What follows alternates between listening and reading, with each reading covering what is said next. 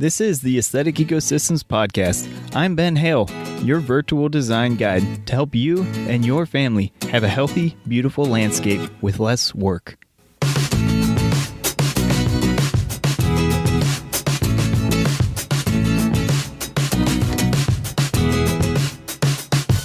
What's up, and welcome to episode 6 of the Aesthetic Ecosystems Podcast. I'm glad to have you here today. We're going to be talking about some fun stuff, of course, as usual. And I hope you're having a beautiful day. Right now, it's kind of a cloudy day. It's kind of cold still. But I tell you what, I can't wait till spring. I don't know if you feel the same way if you're listening to this soon after this comes out. But right now, it's still winter. It's time of year when I get a little bummed or whatever with the cold weather. But man, I just love being outdoors and having a beautiful yard. So I hope you do too. Our yard could stand a lot of positive movement towards becoming a beautiful yard. And I really hope to take you along the journey of transforming our yard. And I hope you can do the same with your place as you look toward having a beautiful landscape that hopefully doesn't own your life with how much work you have to do. But yeah, right now it's a little chilly, a little windy, kind of a cloudy day. But I'm trying to live out what I tell my little boys every time we wake up in the morning. We come down the stairs and have them look out the window at the sunrise, and we say, "Good morning, world. Looks like a beautiful day." And you know what? Today is a beautiful day, regardless of the weather. It's always nice just to see, the wind blowing through the trees and kind of rustling the grass and stuff. So I hope you're having a great day, and let's get right into it today. So today we're going to be talking about what to do before starting a project. This is the perfect time to be thinking about this, because as we get into these warmer months, the spring growth takes off like crazy. Everything's going bonkers. You're getting tons of growth. The plants you love, also the plants you don't like, the weeds and stuff, start going crazy too. You're out there cutting the grass as it's growing like crazy in the wet, warm season. So before we get into that crazy mode, this is the best time of year. The winter is in the late fall and early, right before spring are the best times to be planning your next year in the landscape, planning for what you're going to do, how you're going to maintain it, and what projects you want to do, maybe the big picture vision stuff, and actually getting plans onto paper really makes a huge difference. So I hope you're considering what changes you might be making to your yard this year, and hopefully changes for the better to free up time in your life while increasing the beauty of your landscape. So that's what we're talking about today. What you can do with your landscape before you even start your projects. So how to properly plan it, how to think about everything. Make sure you check all the boxes of what you need to do so you don't make some big mistake later on. Sometimes we get so excited to get out there and get started, put the shovel in the ground, start planting plants, or go to the nursery and just start, buying some pretty looking plants. And that's definitely a very fun part, but without the proper planning in place, you can make some really big mistakes, some really costly mistakes in both time and money if you're getting the wrong plant, planting at the wrong time in the wrong place, or whatever. So that's what we're talking about today, is how to do things properly, start off on the right foot before you're even at the nursery, before you're even putting the shovel in the ground, or stepping out into your yard and putting your gloves on. I guess, one other thing I'm thinking about here is the same goes for, before you even going to hire a designer or, a maintenance crew to kind of put something in quick, or, a designer that is going to plan the process for you as well. Before you're even thinking about hiring a designer, you need to think about what you want out of your landscape and make sure you communicate that clearly to the designer you're working with, because they have their own vision, but if you're not clear with them on what you want out of your landscape, whether it's a low maintenance, beautiful landscape or a specific type of function out of your landscape or design, they're not going to know that. They're going to design what they think you want, which might be the totally wrong thing. So this podcast, if you're planning on hiring this out, this is a very important one to listen to too, because it'll help you understand what you want out of your landscape, as well as what to properly communicate to the designer. And for the parts that you're hiring out, also understanding the process that they're going through so you can better understand what you need to talk about. All right, hopefully that's clearer than high organic matter, fertile soil. And let's get right into it then. We're going to be talking about a few things here. I'm kind of put it in sequentially in order of kind of how you should think of things. But if you do this a little bit out of order, as long as you're not actually going to take action until you do some of this stuff, that's okay. It's really good to have a big overall comprehensive picture. So in general, yeah, this kind of should be done in order, but not necessarily has to be done that way.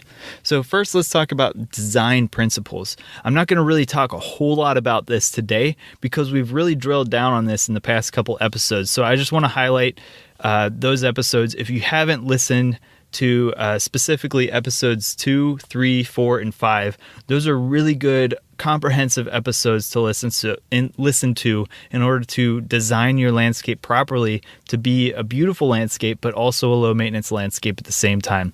A lot of times people, especially with the beauty part, they'll get the beauty part, but not the low maintenance part. Or more rarely, sometimes people have a nice low maintenance landscape, but it's not always the most beautiful. So what we're talking about is merging these two concepts together to have a beautiful landscape that doesn't take so much work for you.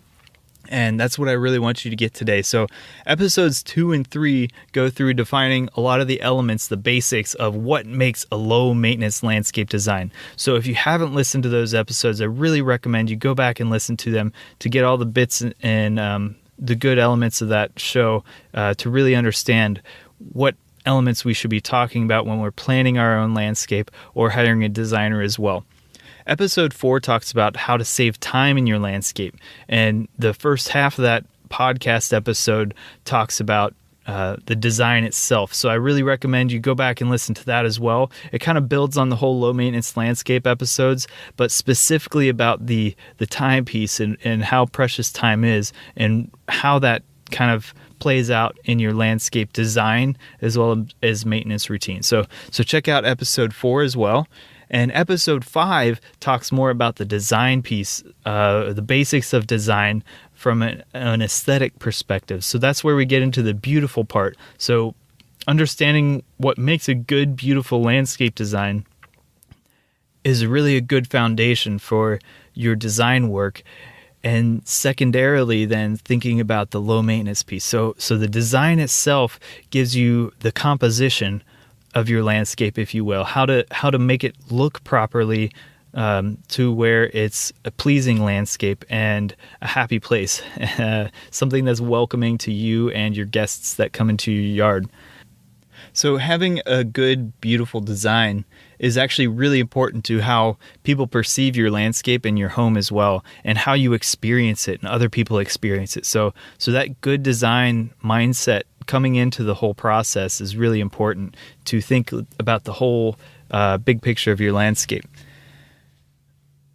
So make sure you check back at episodes 2, 3, 4, and 5, because those episodes are really important to this whole having the right design principles before you go in to plan your project. And even if it's a small project, if you're just working on a little garden space, maybe it's like a front yard garden right next to your front door, this still matters. To think about the big picture first. How it all fits together is really, really important, even if it's a small piece, because if you have a small piece that doesn't fit in with the rest of your landscape or your long-term plans for your landscape, it's going to look really out of place. So I strongly encourage you to think about that as you're moving forward.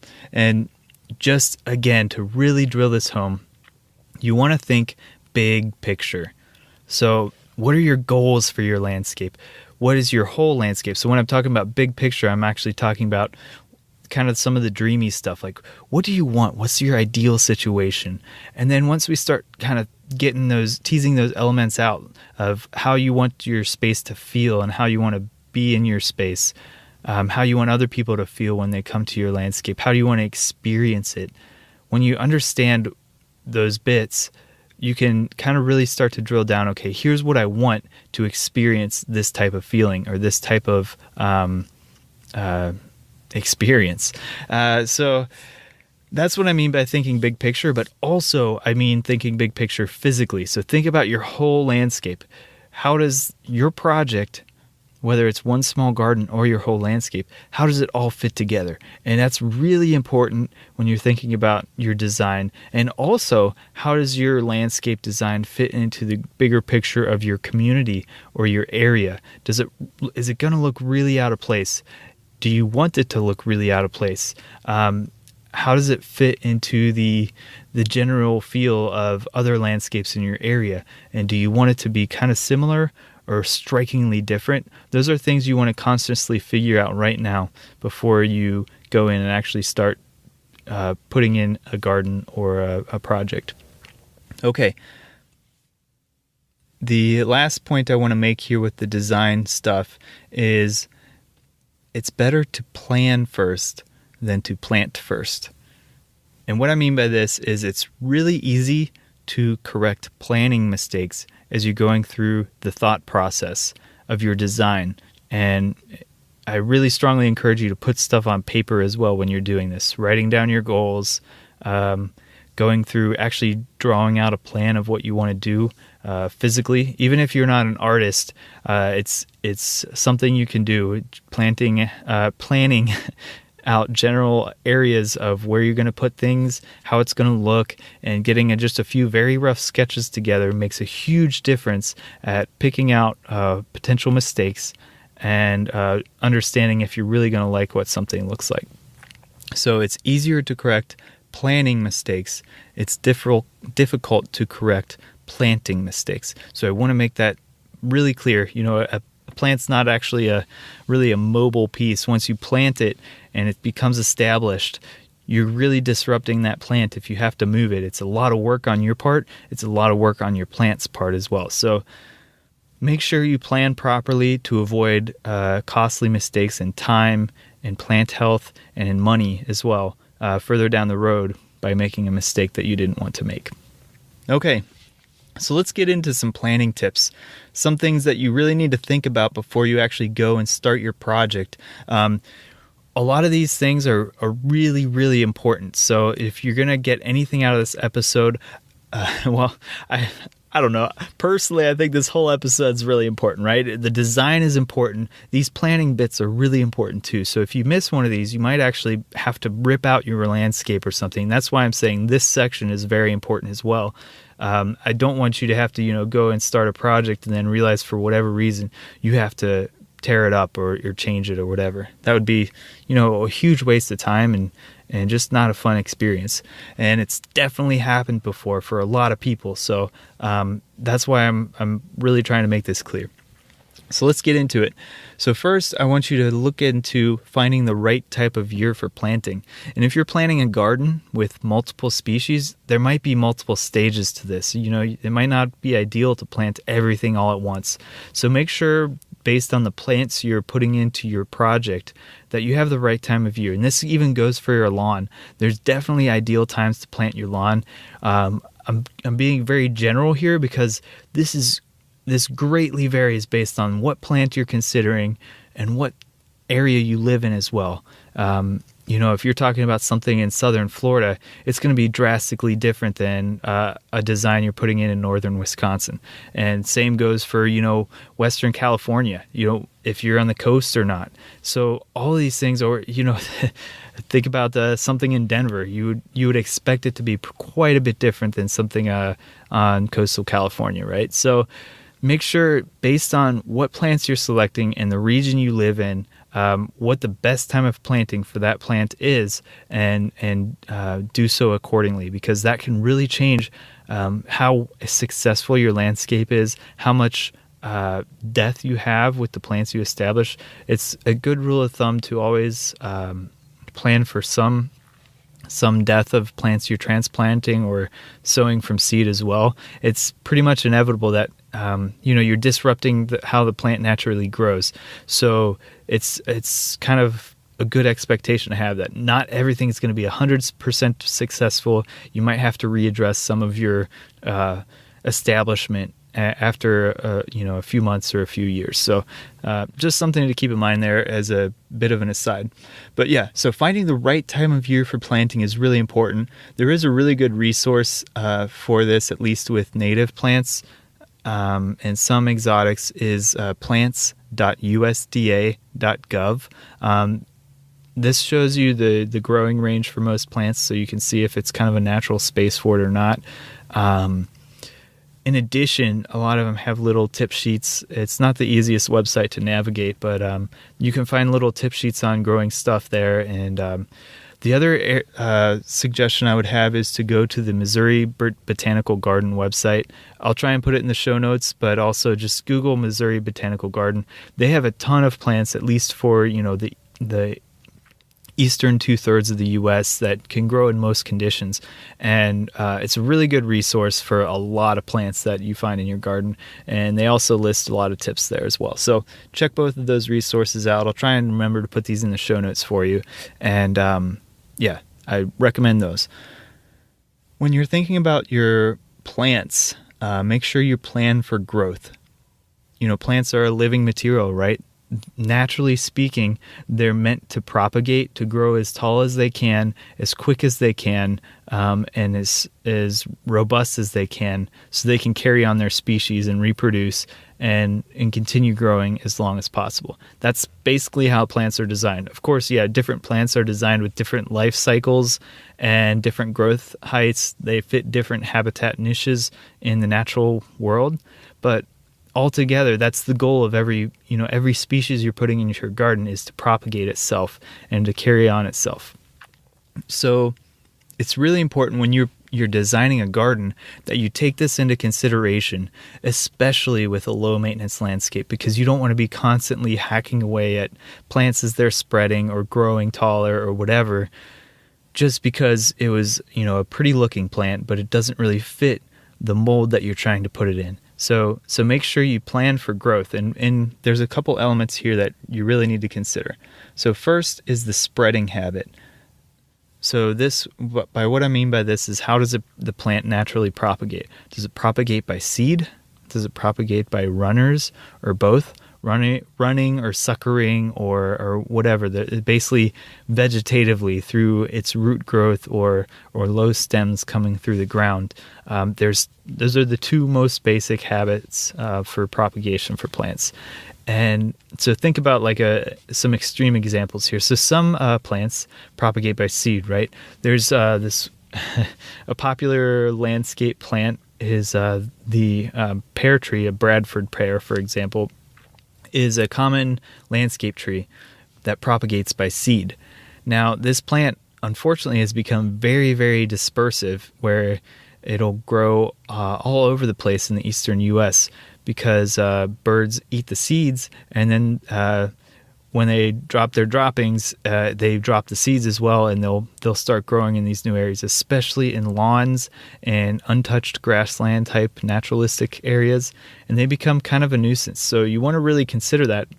We have them popping up in our lawn, actually, these pear trees. So if we weren't mowing our lawn, on a semi-frequent basis, these trees would become a real problem. And actually our little no-mow lawn patch, where we have our variety of grass that we only cut about twice a year, I have to go through and about once a year pull up these little tiny seedlings that come up of these little pear trees. So that's an example of the seed dispersal. A good example of the root dispersal is bamboo, right?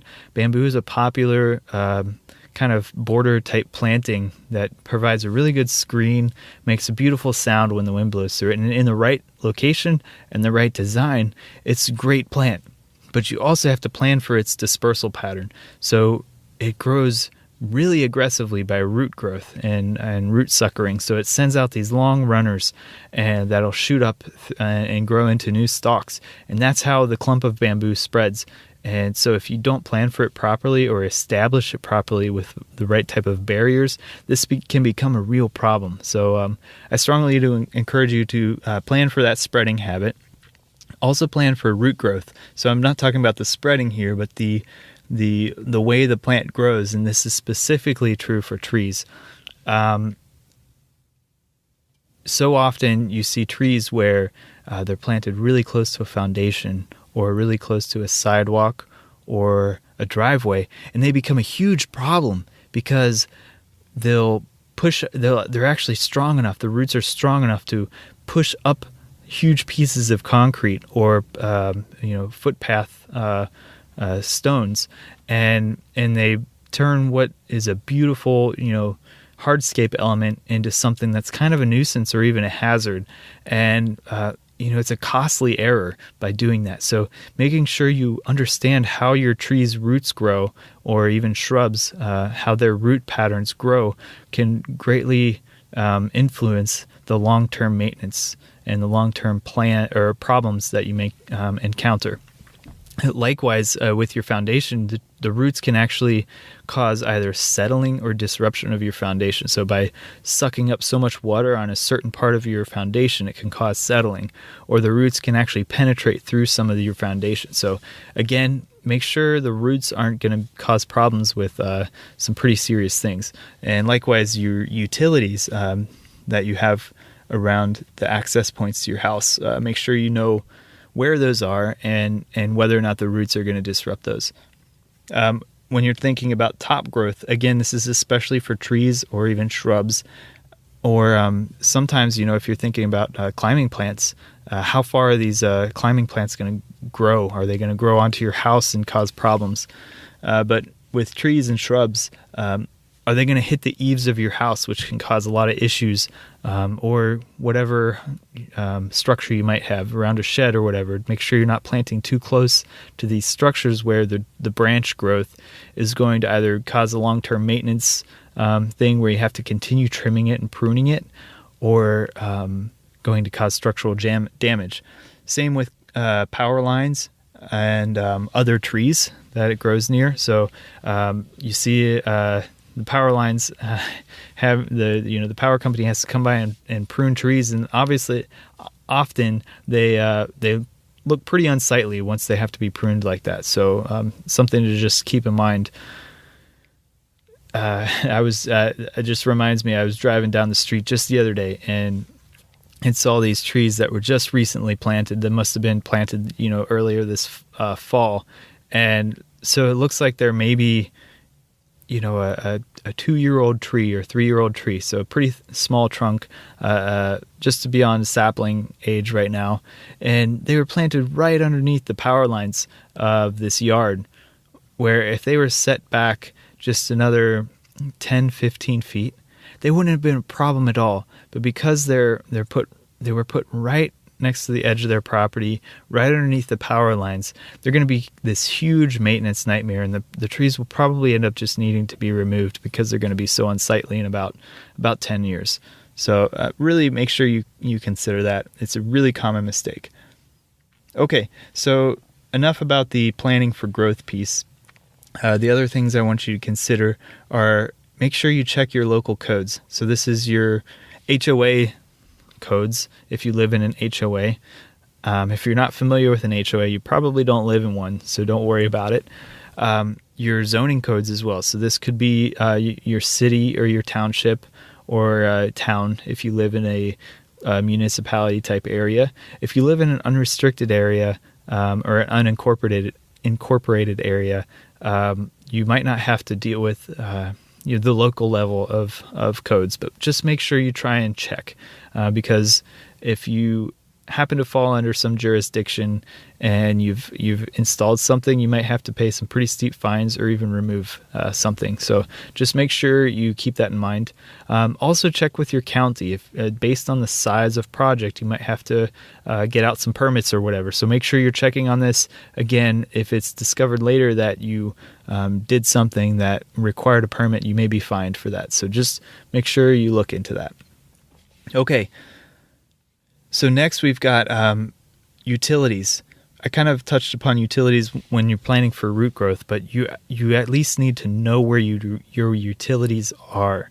So check your yard for utility markers, but more importantly, what you need to do is most power companies now offer a free utility marking service, because the utilities themselves, the companies, they want to prevent having problems, costly mistakes and problems occur with their utilities. So they usually offer this free service where you can call your local provider and they'll have somebody come out within a short period of time and actually mark where your utilities are. So it's very important to do just for a safety standpoint, and also try and understand the depth that your utilities are marked as well. So if you can figure that out, that's really good. It can go a long way to preventing issues down the road with your house. Okay, next we want to talk about your property borders as well. This is really important when you're planning for setbacks. So most properties, you require a certain amount of setback from your property line. You're gonna figure that out when you talk to your local codes or your county. But if you don't know your border to begin with, you're kind of lost. So make sure you get a surveyor out and mark your property lines so you know where they are. And once you do it, you've got it. So make sure they put a permanent marker in place if you can, and that'll help you in the future when you have any further projects. You've already got this step completed. You might already have markers in place on your property, so it's good to check, where you think your border is, especially at the corners.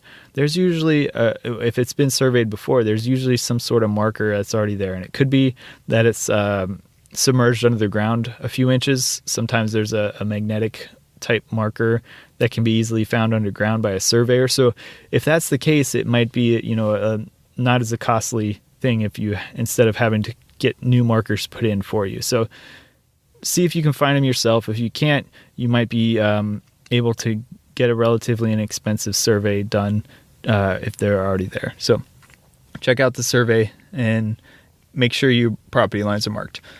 I'm going to kind of try and speed up here because I'm realizing we're already at 26-ish minutes into this episode, and I've got a pretty big list in front of me. So I'm going to try and go fast here, cover some good things, but this stuff's all really important. So let's get through it. All right. So next we want to avoid digging or planting near the utilities we just marked. So it's important to kind of check with your local planning committee. So this could be your zoning commission or your county office to give you kind of recommendations on what you can plant near your utilities and how close.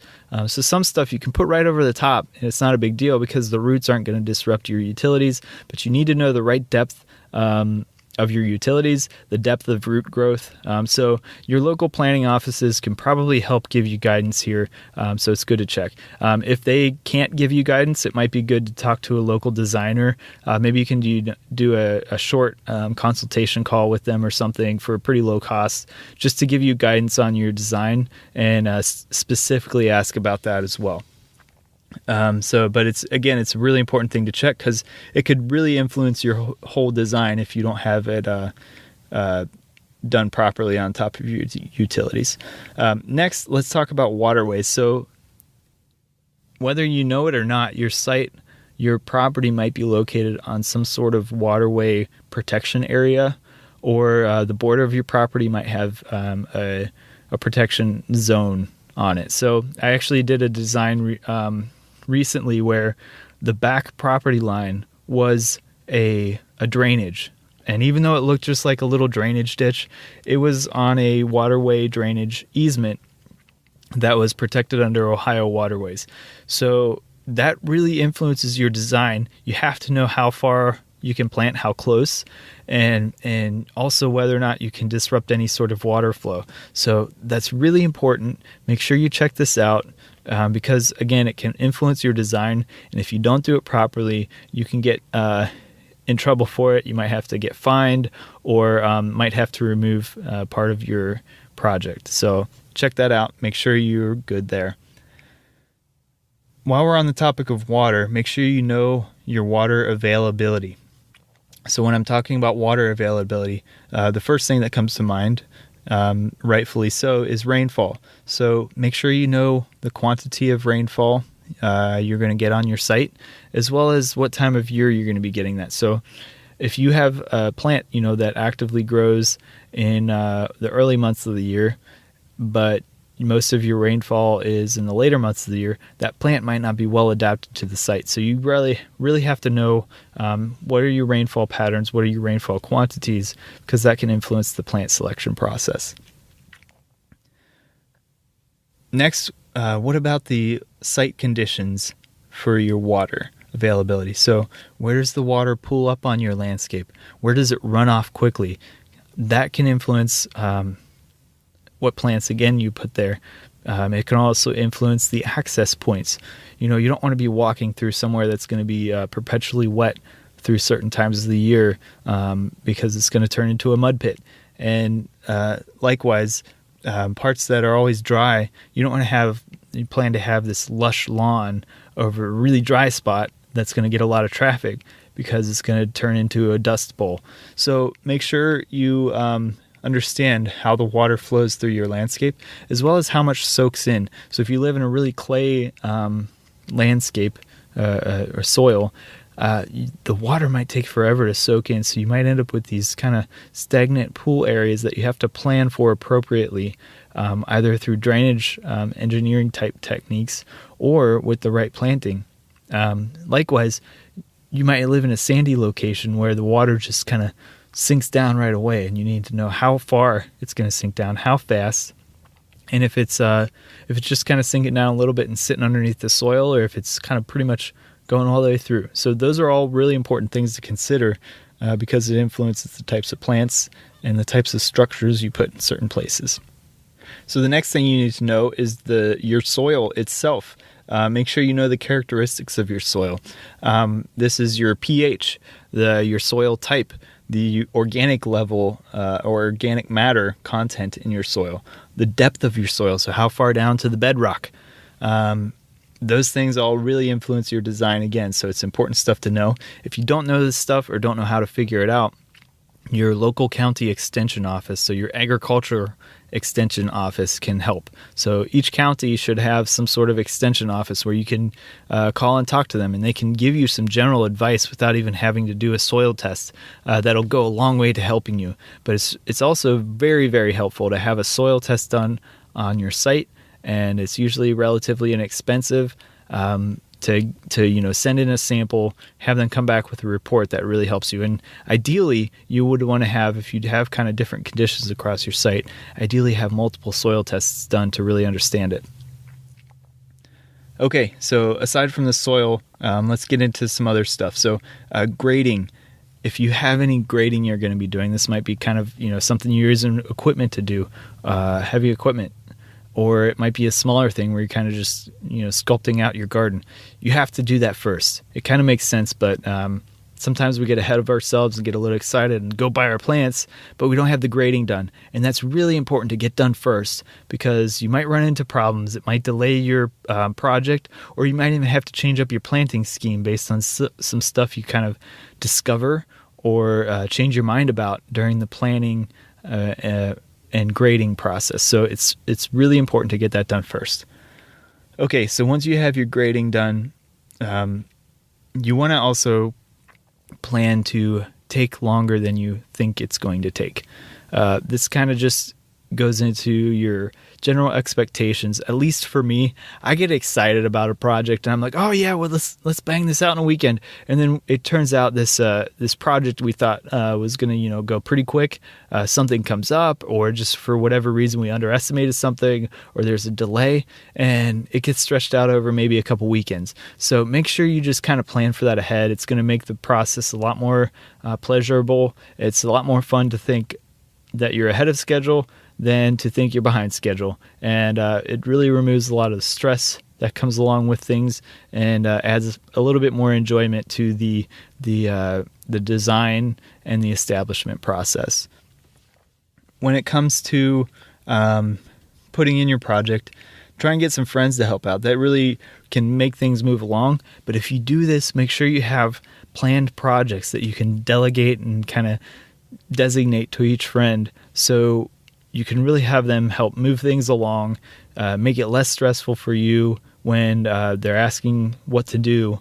It can already be decided. So make sure it's planned out beforehand, and so they're not disappointed by just kind of standing around watching other people work, or or you're not disappointed by being overstressed by thinking of who can do what job.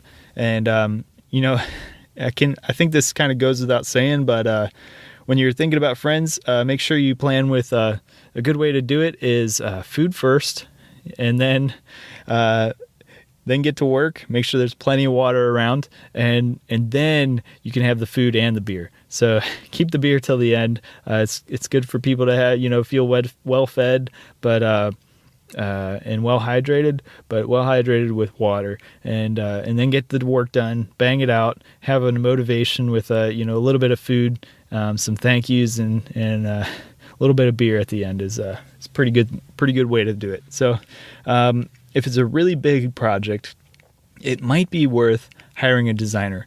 So, some people get caught up that, that process is more expensive, but think about the time you save and the value of the time you save by having somebody that really knows what they're doing, a professional that's well trained in doing these types of projects, going out, having them come in and help you, whether it's just for advice or to do the design or to do the design and implementation piece.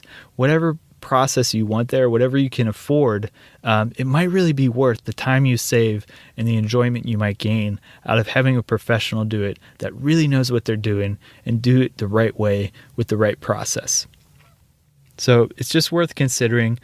If you do that, make sure though, you might not be, their conventional customer, because let's face it, most landscapes, people want a pretty landscape, something that looks nice, and that's it. And what we're talking about here is something that looks beautiful, but also doesn't take a ton of work. So this might be some new space for your designer, but it's really important to talk about this up front. So make sure they focus on what's the long-term maintenance plan for your landscape. How can we reduce that maintenance plan to fit your lifestyle? What types of plants could we consider that don't take tons of work, that will grow in to fit the space you're talking about and not require long-term pruning, and just general maintenance questions that you can talk to the designer to really get them thinking about saving your time in the long run so you don't have to be spending time or money to maintain your landscape. Discuss the intent for your garden as well as the long-term intent. What do you want the space to be for you? What type of feel do you want? Kind of some of those design questions we were talking about. Even if you're not doing your own design, it's important to convey what you want to the designer so they can try and come back and give you what you want in the best way possible. Okay, next let's talk about starting your project. Woohoo! All right, this is the time to start your project, to get out there, to get the work done, right? Well, again, there's a lot of things we need to consider here. Here's the top couple things that we really need to think about when we're starting a project. First, if you're planting trees as part of this new project, I really strongly recommend you to check out an article I've written on this over at aestheticecosystems.com/tree planting. Again, that's aestheticecosystems.com/tree planting, all one word there. So I have a link in the show notes as well, and it's worth the read because it goes through covering what you need to do with your trees so you prevent massive problems in the future and ensure that they get a good start, which is really important for trees. For your space, make sure you're properly preparing your space. So a lot of times this means killing previous growth. And I'm not going to get into a lot of details here. This will be something for a future episode. Otherwise, we're going to be going like 3 hours here, which I know you guys love hearing me talk, but I don't know if I've got it in me to keep talking for 3 hours. So anyway, so as far as removing the previous growth, there's two tactics. You can do it chemically or you can do it non-chemically. That's what I'm going to break it down into. There's benefits to both, but there's also drawbacks to both. So in the future, we'll talk about this more completely. My preference, to be honest, is the non-chemical plant removal piece. It's generally more work, potentially more time-consuming or more costly, but it's generally safer as well. So when we're talking about healthy landscapes, the non-chemical process is my preferred one, but but again, there's more work involved. So the chemical piece, which is your typical douse everything with Roundup, get it out of there, and keep moving, which again, it's a lot easier, but I generally don't recommend it because it could lead to future problems as well, but it's also much less healthy. So that's the bit in the nutshell there. We'll get into that in the future for another time, but that's your choice. As far as amendments go, once we've killed everything, we need to make sure our soil is properly prepared. So here you want to know about what fertility you need for your plants, as well as how fertile is your soil already. So if you've done the chemical removal piece, you probably need to do a lot to enhance the fertility of your space, especially the biological life. So there's a lot of different amendments you can go out there and get. The easy ones are topsoil and compost, kind of mixed 50-50. That's a huge, broad generalization there. So I'm not saying this is right for everybody's yard and everybody's garden, the way they're planting it, but it's important to think how fertile is your soil before you're establishing it. And this is even if you're establishing a lawn, putting a little bit of top dressing of compost, or for people who have access to it, some compost tea, or even just a little bit of topsoil can really influence how well your lawn establishes, and also how many weed problems you have in the future. So it's important to think about amendments when it comes to adjusting the pH of your soil. A lot of times horticulturalists or gardeners or agricultural coaches will recommend you adjust the pH of your soil. And I'm going to caution this here, because when you have to adjust the pH of your soil, it's something you're going to have to do again and again and again, because your soil's pH is influenced by what plants are growing around you, as well and more importantly as the type of soil you have and the bedrock that underlies your soil. And so if your mineral soil is not adapted to the pH of the plants you want, it's better to consider a different plant and to not have to continually adjust your pH than it is to adjust your pH so you can have the plant you want, even though the soil is not properly conditioned for it. So just something to really consider there, that it's going to be long-term work if you have to adjust your pH to fit a certain condition. Okay, when it comes to actually planting, plan on getting as much as you can done at once as quickly as possible without rushing the planting process. So in other words, get as many people to help you to do it properly, and block out as much time as you can to do it all at once. So that way everything's at the same phase. You can kind of nurse everything at the same time, get everything established at the same time, and not have to worry about kind of phasing things out to where you're at multiple stages at multiple times. This will just really help with the work overall in the establishment phase. The most time-consuming piece of any establishment, to me, is the maintenance phase after you plant, the early maintenance phase, because you have to make sure your plants are well nursed, well cared for. You can spot any problems during that time, and that takes time, unfortunately. So when you're planting, make sure you're treating the roots gently to where they're not disturbed too much. You're not cutting them. You're not crisscrossing them too much. And when you're planting, make sure you plant at the proper depth, especially for trees and shrubs. If you cover the root crown, the root flare, the piece that kind of starts to bulge out on the trunk, if you cover that up, you can actually kill your tree. So you want to make sure you have it planted at the right height, where it's not planted too deeply, or you're going to have problems. When you're considering planting from seed, make sure you're also getting the right depth on your seeds and having good soil contact, because a lot of seeds don't even sprout unless they have good soil contact. Okay, after planting, I know I just skipped over the fun part, right? After planting, let's plan on being around for a while. So don't, put in your garden and then go on vacation, because most problems can be taken care of in the early phase right after establishment. So if you see something that's getting sick, you can figure out why, hopefully, and take care of it. You can also be around to water when it's needed, but not water when it's not needed. And that's very important. So make sure you're around the place for a while. You're not going to be putting in your project, then heading off on vacation and come back from Aruba with dead plants everywhere. So just check on that. Make sure you're watering properly. So this means both not too much and not too little water. So make sure what your plants need, they're getting, and you're not giving it too much. And just continue to check for signs of stress. So this is, wilting, yellowing, discoloration in general, those sorts of things. Make sure you're checking for that and figuring out why it's happening. When you're looking at the long term, you're kind of going into maintenance mode, right? So you want to be getting your plants off of the high maintenance schedule and kind of getting them into the general pattern of your landscape. And so after the first few weeks to first few months, depending upon what plants you're talking about, you want to get into that low maintenance mode, hopefully, where your plants are coasting along, they're taking care of themselves, and they're feeling happy and healthy.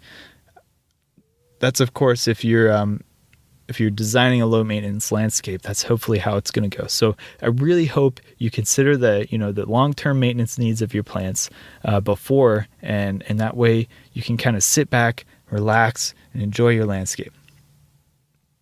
That's pretty much it, guys. That covers 90% of the things you're going to have issues with.